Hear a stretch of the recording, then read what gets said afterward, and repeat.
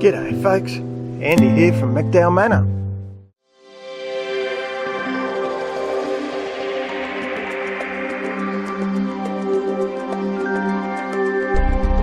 Thought I'd do a quick follow-up on the last video.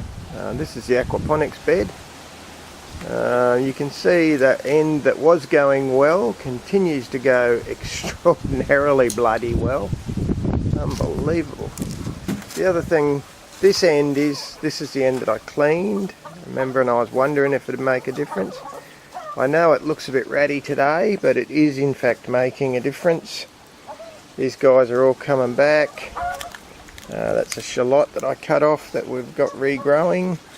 There's a little guy there come up. See all those little greens in the middle? Behind it is a lettuce that bolted and went to seed.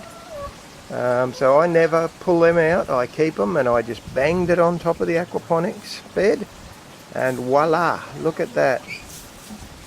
They're all over the place in fact, which is fantastic. So we'll get a good supply of lettuce, and it does look like this end is starting to buck up. I mean, it's still obviously nowhere near that end, but it's certainly getting there.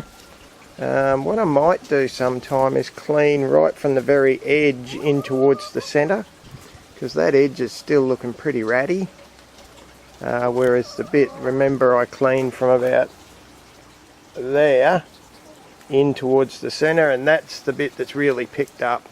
So I think if I give this end another belt, that'll probably solve the whole problem. Very happy with those little lettuces and stuff that's growing. I've got collards on the other side there that have come back. They were near dead. So I'm pretty confident that yes, we have solved the majority of the aquaponics debacle.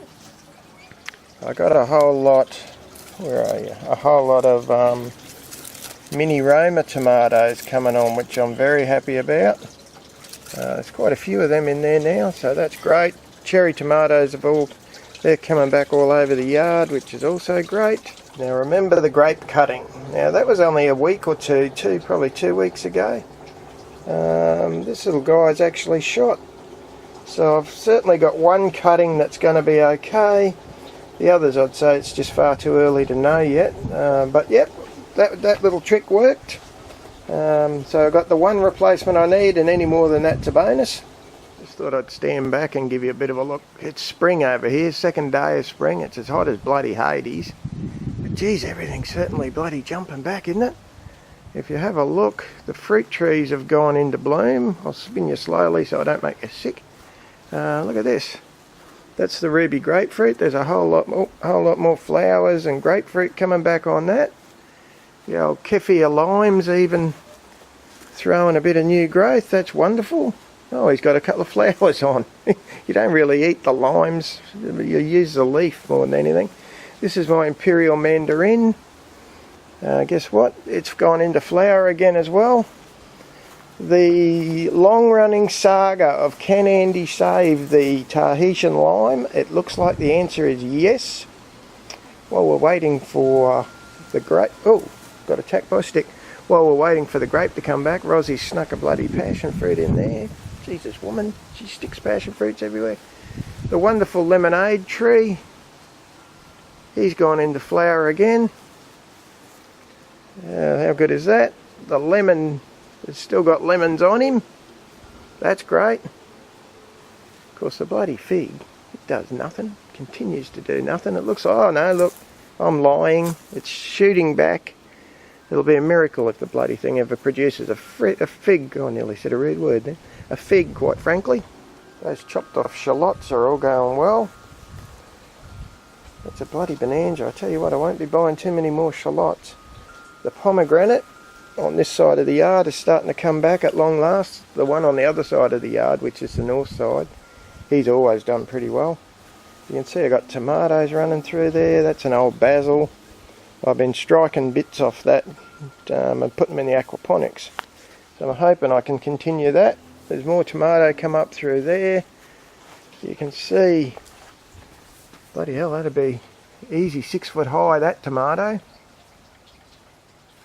So in the distillery, which Rosie thinks is her laundry, I've got a beer fermenting there.